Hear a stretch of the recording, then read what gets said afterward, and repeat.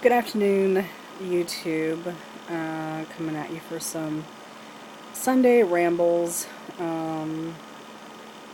Just hanging out here in my bedroom watching a Law and Order marathon. Just having a lazy Sunday. And watching some YouTube videos, as is my habit.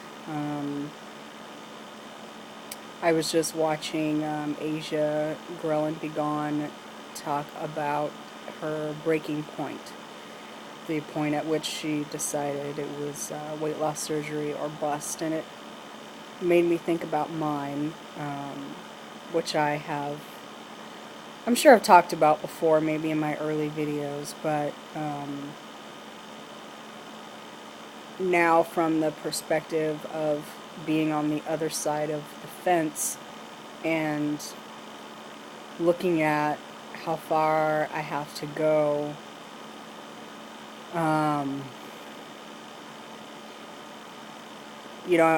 8 weeks out and I should really still be so excited about this surgery, and I'm just at the point now where I feel like the real work is starting, and now I'm not so excited, if that makes any sense.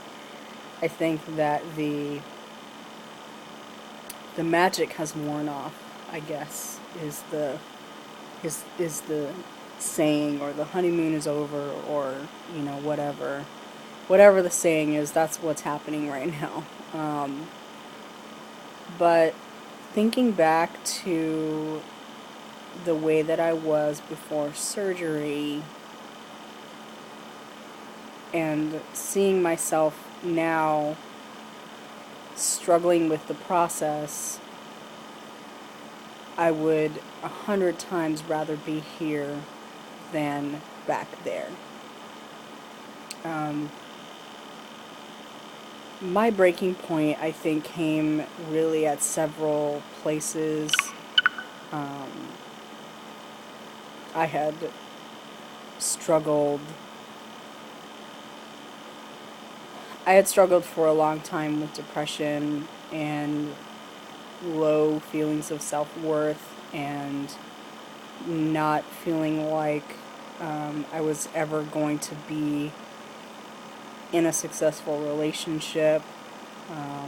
I was quiet, I was shy, I am extremely introverted, and I didn't feel like I brought value to anything. A lot of that, and I know they say weight loss doesn't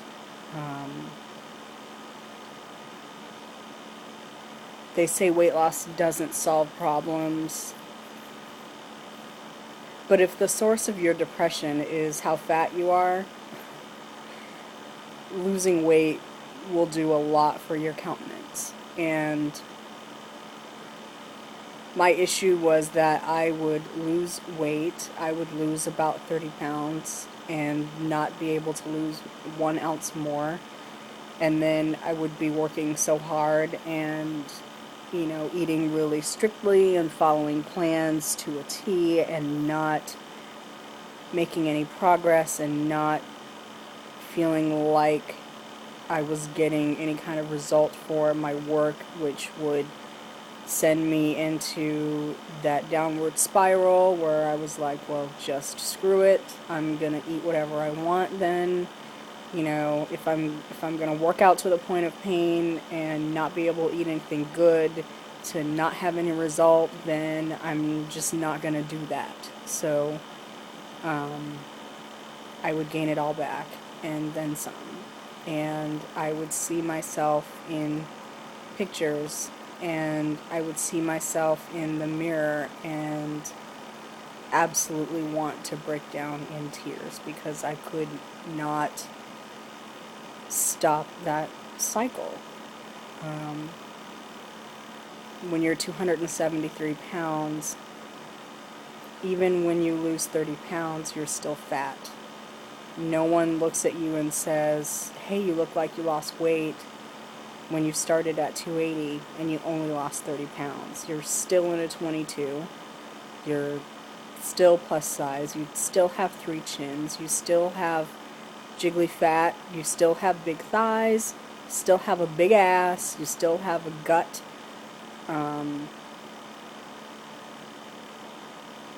I just felt like I was digging a ditch with a spoon.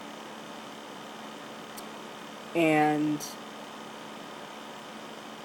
I'm trying to remember what the point was where I decided I was going to have to do it. And I think that there was a lot of jealousy for a long time because I have scads of friends that have had surgery, and they were all just immediately looking and feeling fantastic. I feel like it happened so quickly for them and so effortlessly for them. And I was jealous that they had this enormous backhoe with which to dig their ditch. And I was still over here with this little teaspoon, and as I'm digging, the dirt is falling back, you know, so it's like doing the same thing over and over and expecting a different result. It was insanity. And I think the point for me was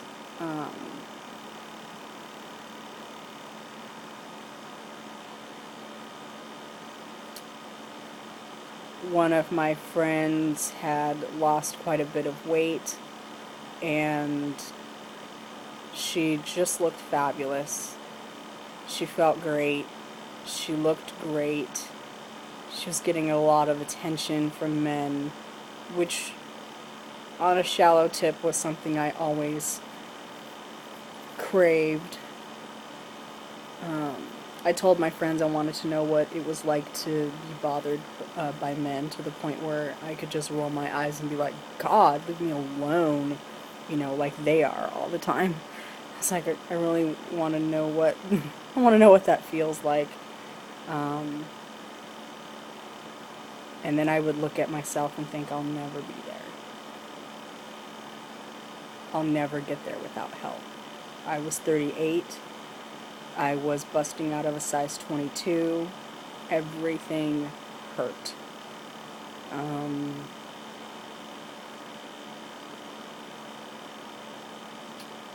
And I didn't see any way out.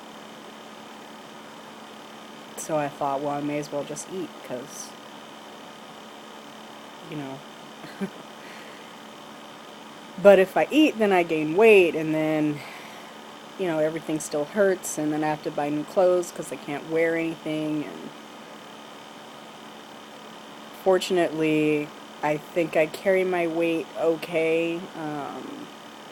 Not good for me, but it wasn't like I would be walking, you know, the mall, and I wasn't getting mooed at or anything. But I definitely was not happy with myself, and I remember talking to my best friend about it, because I had applied for financing earlier in the year, and they told me that I needed a cosigner, and that couldn't happen, because the only people I could ask to cosign for me would be my parents, and that was not happening. So I didn't really know what to do.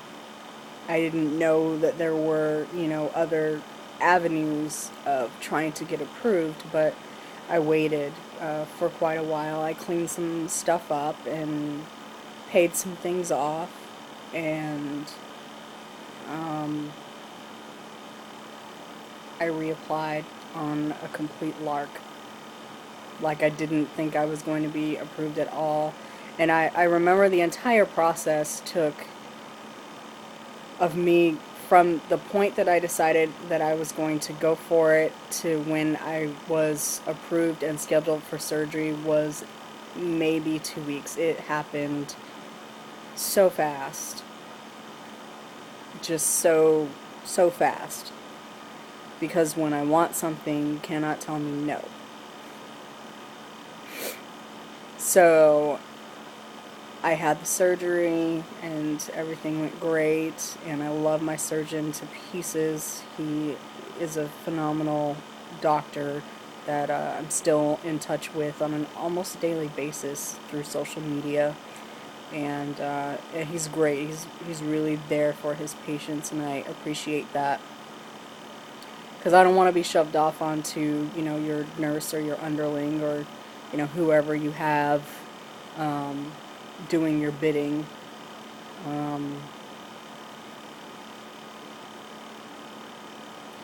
But I'm at this point right now, like with the video that I made yesterday, where I am losing focus because it's hard work.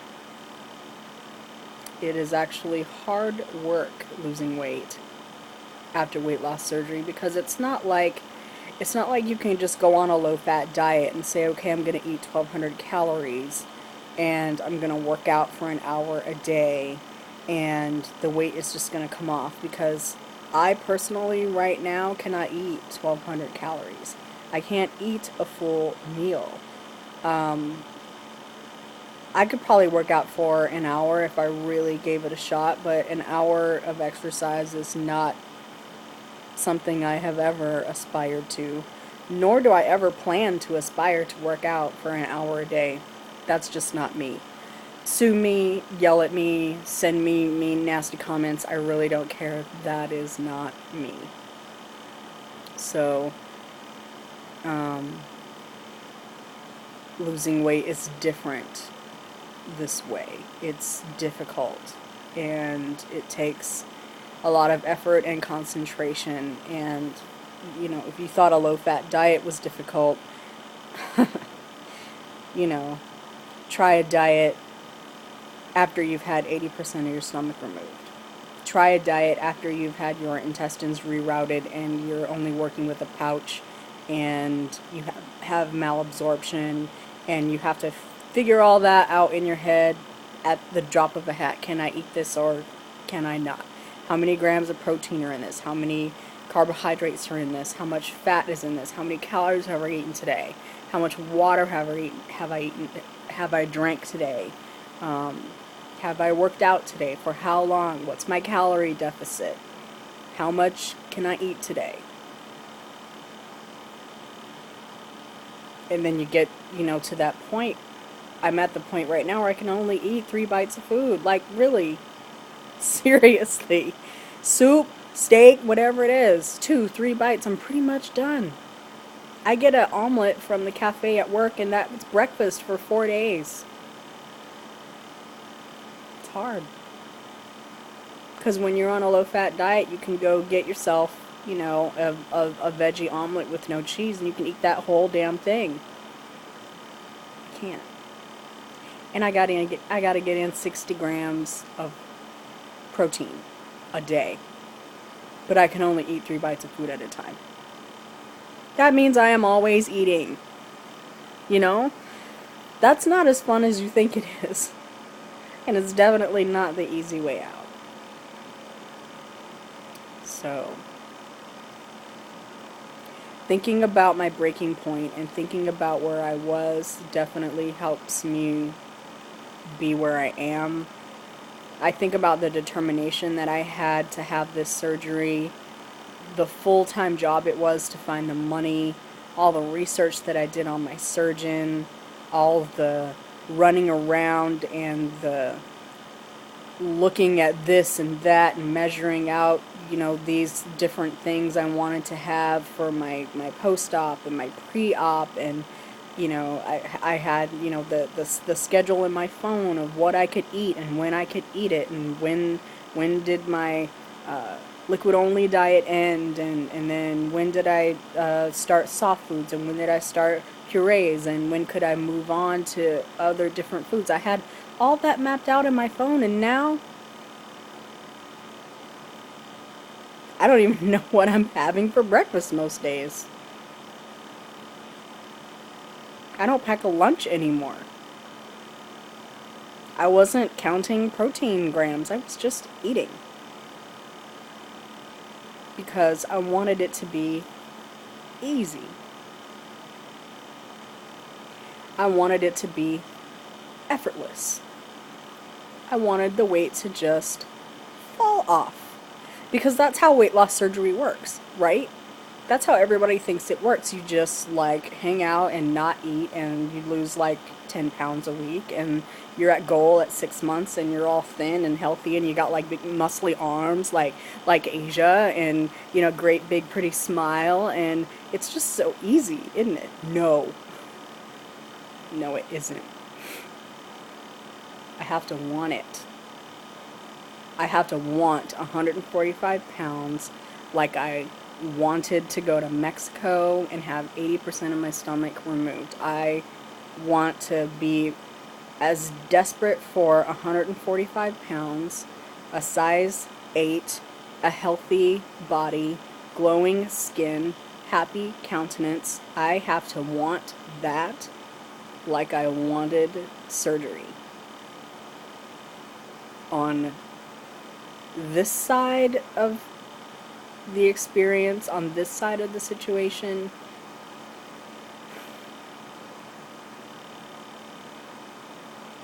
this shit is hard work. It's hard work. It's every day. It's a commitment. I always say there's no such thing as willpower because I don't believe in it. I don't believe in a magical force that keeps food out of your mouth. I believe it's a decision. I believe it's a commitment.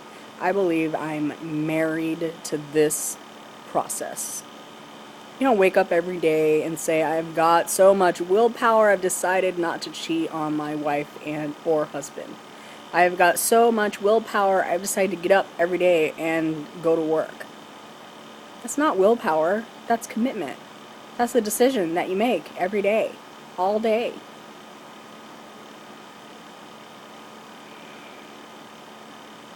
I gotta be married to this.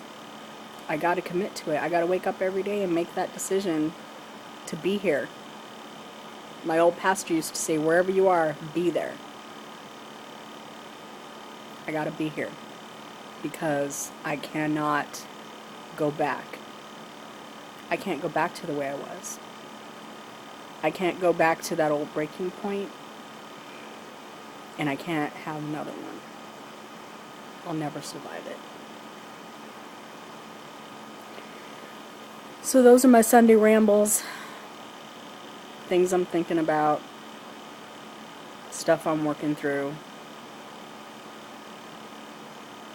We're gonna make it. I'm gonna make it anyway. And